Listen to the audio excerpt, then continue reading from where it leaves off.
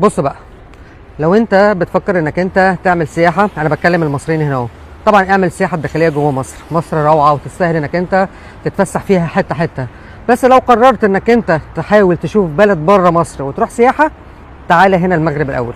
بلاش ماليزيا وتايلاند وفيتنام والكلام ده، لان المغرب هنا هيبقى فيها كل اللي انت عاوزه. عاوز جو برد، ادينا في جو برد اهو. عاوز شمس، هتلاقي شمس. عاوز بحر، انت عندك بدل البحر عندك بحر ومحيط، البحر الابيض والمحيط الاطلسي. ابتدي بمصر الاول، اتفسح في مصر، اعمل سياحه داخليه في مصر، مصر بلدنا طبعا. وبعد كده لو انت فكرت انك انت تطلع بره وعاوز تشوف بلد جديده وتستمتع ببلد جديده، الصراحه المغرب اولى. المغرب ميزتها انك انت تقدر تاخد اهلك وتتفسح بيهم هنا اهو، وما تشوفش مناظر وحشه، تشوف مناظر حلوه.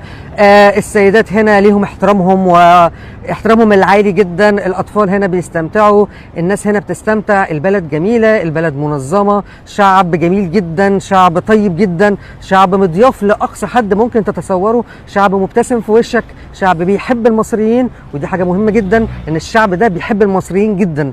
فانت كمصري لما تيجي هنا هتلاقي معامله رائعه. البلد من اول فوق خالص، من اول طنجة، مرورا بقى بكازا ومراكش وفاس واغادير وورزازات وغيرهم وغيرهم وغيرهم، البلد مرحبة بيك. فلو انت بتفكر انك انت تطلع بره مصر تتفسح، ابتدي الاول بالمغرب.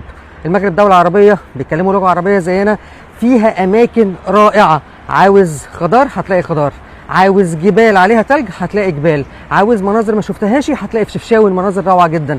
عاوز تيجي تستمتع مع اخواتنا وتضحك معاهم وتنبسط معاهم، اخواتنا المغاربه هنا يستحقوا. عاوز انك انت تاكل اكل رائع، اكيد طبعا مش هكلمكم على المطبخ المغربي، البسطيله والمسمن والحريره وكل الكلام ده. المغرب روعه لاي مصري. لو فكرت انك انت تتفسح بره مصر،